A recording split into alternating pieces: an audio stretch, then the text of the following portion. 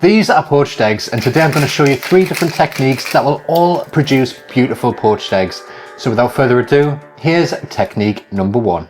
Method number 1 is the most basic of them all. We just need water and we just need eggs. So begin by placing a deep pan of water over a high heat and bring it to a boil.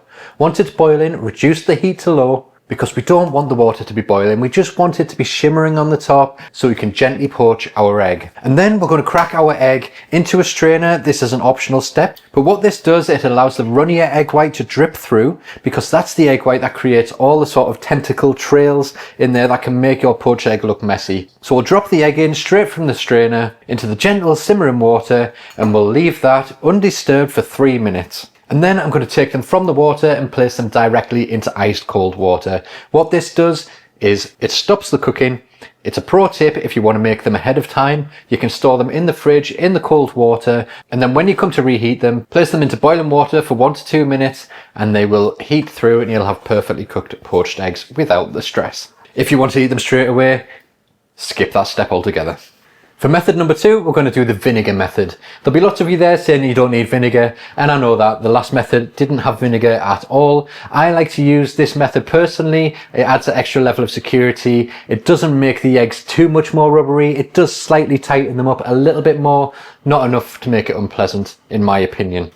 So what you need to do is add a splash of white wine vinegar or cider vinegar into your pan of boiling water.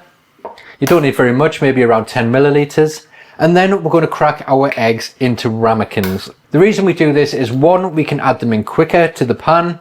2, we can see if any shell has gone in and we can remove it before it goes into the pan and it's too late. This time we will turn the heat down so it is simmering, but we'll have it slightly higher than the last method because I do want some movement in the water. That's going to help lift the eggs off the bottom and keep their shape.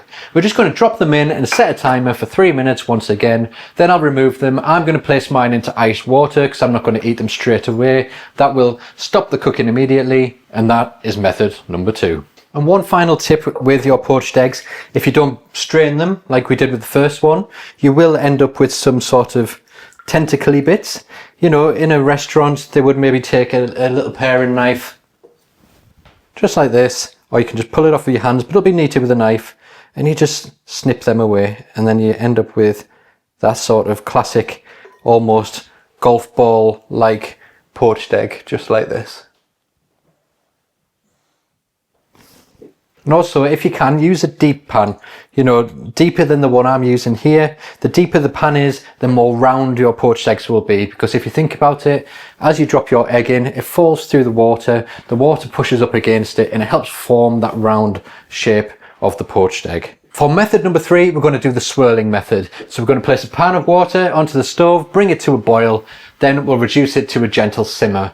We'll then use a whisk to swirl the water, and once we've got a good vortex going in the center, we'll crack our eggs into a ramekin and drop them directly into the center and cook for 3 minutes as before. You can use vinegar in the water if you want. You don't have to, I'm not using it here, and then you'll have perfectly cooked poached eggs. I never really use this method. I don't particularly like it because I can't do as many eggs in one go as I like. But other than that, it is a solid method. So there you go, poached eggs, 3 slightly different methods, all very similar results. Let me know in the comments which one you're choosing or how you make yours. Subscribe if you haven't already. Thanks for watching, and I'll see you in the next one.